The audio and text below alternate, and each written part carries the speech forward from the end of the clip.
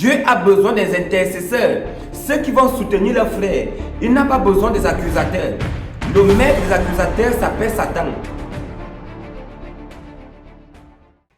Bien-aimés, soyez abondamment bénis, que le Seigneur vous bénisse. Nous parlons d'un thème très sensible.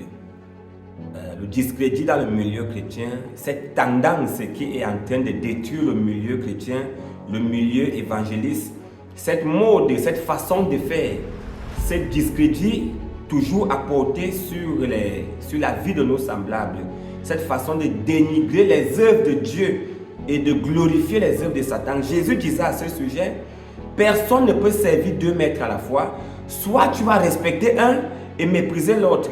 Tu ne peux pas servir Mammon et servir le Dieu vivant. Cette façon de faire que les chrétiens trouvent de dénigrer chaque œuvre évangélique au profit de la puissance démoniaque. Parce que si telle personne est en train d'émerger, c'est parce qu'il a dîné avec Satan. Si tel prophète est en train de prospérer, c'est parce qu'il dort avec des grands-mères. Si tel ministère est en train de prospérer, c'est parce qu'ils ont bu du sang.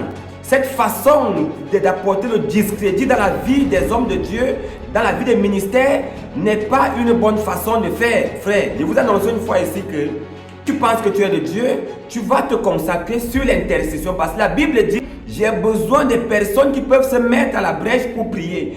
Dieu a besoin des intercesseurs, ceux qui vont soutenir leurs frères. Il n'a pas besoin des accusateurs. Le maître des accusateurs s'appelle Satan. C'est lui qui a accusé Job. C'est aussi lui qui était allé accuser le souverain sacrificateur Josué. Écoute-moi frère, même sans le vouloir, dès que tu entres dans l'accusation, dans le ministère d'accusation, tu es en train de servir quelqu'un de façon indirecte, de façon inconsciente. Quelqu'un ne peut pas prendre son temps à prier, à jeûner, à demander la face de Dieu afin qu'il soit utilisé. Et lorsque cela arrive, ce que tu trouves à faire, c'est de dire comment la personne n'est pas dans de bonne voie, que la personne est en train de faire ce qui est mauvais. Tu ne vas pas prier, les qui iront prier, les qui vont se sacrifier pour que le royaume des cieux avance. Dans le salut, nous sommes égaux, mais dans le royaume, nous ne sommes pas égaux, parce que Dieu attache plus d'importance à ces personnes qui ont l'amour pour son œuvre, à ceux qui peuvent apporter du sacrifice pour faire évoluer son œuvre.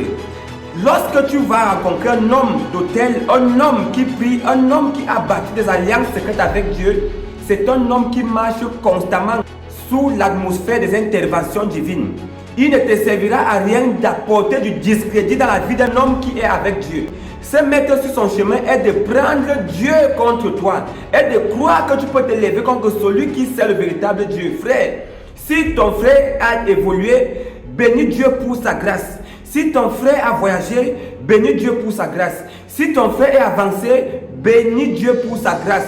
Il ne te servira à rien d'apporter du discrédit dans son ministère pour démontrer que s'il est allé en Europe, s'il a émergé, c'est parce qu'il a mis des mains dans de mauvaises choses. Satan n'est pas plus grand que Dieu. Et la Bible nous dit que Dieu est le Père de toutes choses. Il est le Dieu de l'élévation. Il est le Dieu de toute la richesse. L'or et l'argent lui appartiennent. Les ministères prospèrent, les hommes d'affaires prospèrent, les plus grands hommes d'affaires que le monde peut connaître ne viennent pas seulement de Satan.